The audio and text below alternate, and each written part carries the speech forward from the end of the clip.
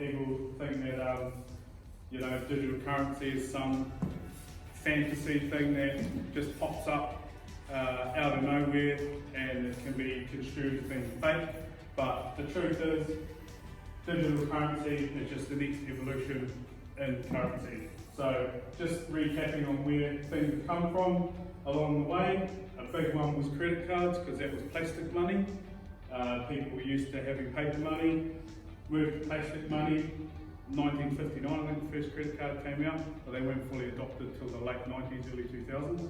So that gives you an adoption period of about 40 years. So it's no wonder why people are a bit hesitant at the moment with digital currency. Right, so we moved into online banking after plastic money, and that's part of everyday life now. Then the crypto came on board, and then proper digital currency where you can spend it face to face with people. That's one of the big differences. Just a bit on the history since Qoin first came on the scene in April 2020, right before or around the time that the world went into lockdown. So a lot of online shoppers, a lot of businesses were looking for different avenues for revenue streams and to cut costs and generate some more cash. So the businesses, there's 500 odd back in April. There's just about 40,000 businesses across New Zealand and Australia now. And because the algorithm's tied in to the number of businesses and the value they bring to the network, the actual value of the coin itself has increased. So it was about $5 at the start of the year when I first heard about it. That would get me a coffee down the road. Now it's just around that $10 mark, so that's just, I only say that because that's how simple it is. You hold on to it, it is an asset, and while your cash money in your wallet or your bank account is going that way in value because they're just printing it off every day, this is a capped amount, so therefore the more people that come into the network, the value increases. Conversely, if people left the network, it'll probably go down. Now, this is the main thing I wanted to go through with you guys is Qoin is not for a business to pay their fixed expenses. Okay, it's not fair to pay your wages, your tax, your rent, your mortgage. There are cases where some people have been paying their leases partially with Qoin in an agreement with the landlord, but it's very rare, and that's up to you. But that's not why Qoin came onto the scene. It came onto the scene to make sure that you could free up cash within your business by spending Qoin within the network for personal expenses like holidays or additional expenses like social media, customer gifts, security and things like that. So, for example, Chad jumped on board. He can use he accepts Qoin for heat pump installations and air conditioning, things like that. So, say I get a heat pump for my mother-in-law that costs about $3,500. $5,000. I get out my phone. I transfer $5,000 worth of Qoin over to Chad's phone, his digital wallet, my digital wallet, to his digital wallet. He gets that. Now what does he do with it? He can take the boys for beers and dinner if he wants that at the places that accept, at the restaurants that accept Qoin, or he can use it for some advertising. He can use it for things like Sparkies, plumbers, whatever. When you're working with them, like they accept it as well. What that does is for doing that one extra job, that gets Chad an asset, which can, if he leaves it, has the potential to grow, or he can spend it to offset cash expenses, so that generates more cash in his business. So it's simplified terms. So when you hear people say, like, I can't pay, when you say this to someone, or in your business, what do you spend your money on, or what are your costs, they usually go to these things here. But that's not what Qoin represents, it's these things. around here. So it's really important in terms of when you're explaining or someone asks you about it, or when you're trying to get your head around it. There's literally no cost to become part of the Qoin network. There's none at all. You can choose to buy some Qoin if you want some Qoin, or you can just accept it as a transaction in your business, and that's how you can accumulate Qoin.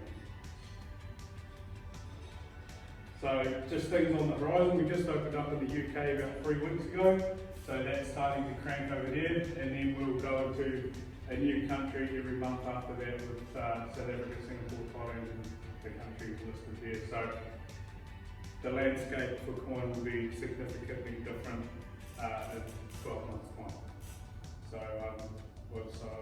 the people who have trusted the process and got in, and nowadays they're getting in this year and stuff, they look to reap the rewards later on. And it is a bit of a patience game. It's new technology, but it's come along in leaps and bounds in just a short lifespan of 20 months. Referrals for me. So these are the businesses that I'm predominantly looking for. So your cafes, restaurants, they're trying to create that network where the business owners themselves can go and use their Qoin to look after their customers, look after their staff, and offset some cash expenses that they'd usually be getting out of the company credit card or the company account. So a big push for me, and we all know people who own these businesses. Have a look on that list. Those are the people I want to get in front of to talk to educate them how Qoin will benefit their business. I wholeheartedly believe that Qoin can help any business, and when used in the right way, if people are open to being educated on how to use it, it's a no-brainer for me. But that's having a third party like yourselves come and introduce me to these guys who you know, that is the hardest part of all, really. And then once in front of them, I can teach them how it will do it. And the biggest thing for them is it doesn't cost them at all to get in, but they've got so much to gain. They opened up to the Qoin network, so they get advertised on there. We're all around the country and in other countries. And for that, if I convert either of these that you introduced me to, I'll get $200 worth of Qoin in there as well. So, any questions before we wrap up? Any questions? So you're saying shops and cafes, so walk into a shop or cafe, they'll have a signage up to say... Correct. They'll have a Qoin accepted sticker there, plus on the app, if they've filled in their directory listing properly, which obviously in the next 2 weeks is tidying up some people's directory listings if they haven't done them properly, it'll turn up in the app. So your phone uses your location settings, you click on it, it'll bring up all the businesses and their details that are on the network. So everyone's getting used to those QR codes, right, that we're scanning in and out of businesses. Well, each Qoin business has their own QR code. So when you go to pay at the counter next to the till, they'll have their own, or some of them use iPads and that anyway, they'll swing it around and it'll have their QR code. So you literally put in the New Zealand dollar amount that you need to pay for, scan their QR code, which inputs their address in, and then it transfers it within seconds, it's in their account. So that's no transaction fees, no way with the banks to clear it, and things like that, it's straight through. Final question. We have multiple cash currencies around the world, and heading for digital currencies, so has there been any dialogue around paying somebody with French digital currency with mine? Oh yeah, so when all these companies here, when they open up, you will be able to use Qoin in either of those countries. So a classic example is Reba's filling out the incoming sheets on the plane, and you've got to declare whether you've got 10 grand cash on you and things like that. And you then, when you get there, you've got to transfer it onto your credit card or get it into the local currency, and that costs you money. All that, if they've got a big enough network, when they have a big enough network on within their Qoin network over there, you can literally just take your phone with you and you select their currency and you pay in their currency. So at the moment it's just New Zealand, Australia and the UK. When you're in either of those countries, you just click on the the right amount on the right currency, and you can pay. So it is going to be global currency. That's fine with your coin Yeah. as such.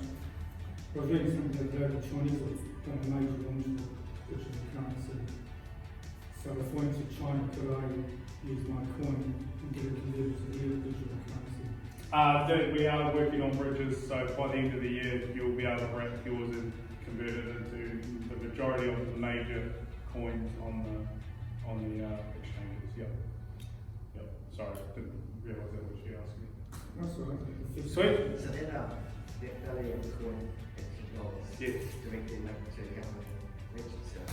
Yeah, so it's directed to the amount of merchants there are, plus the US dollar, plus their annual revenue that's listed as well, plus the amount of coins in circulation. So surplus that can go into the UK and those countries is going to expand exponentially. Yep, That's it's a good thing. Sweet, that's me.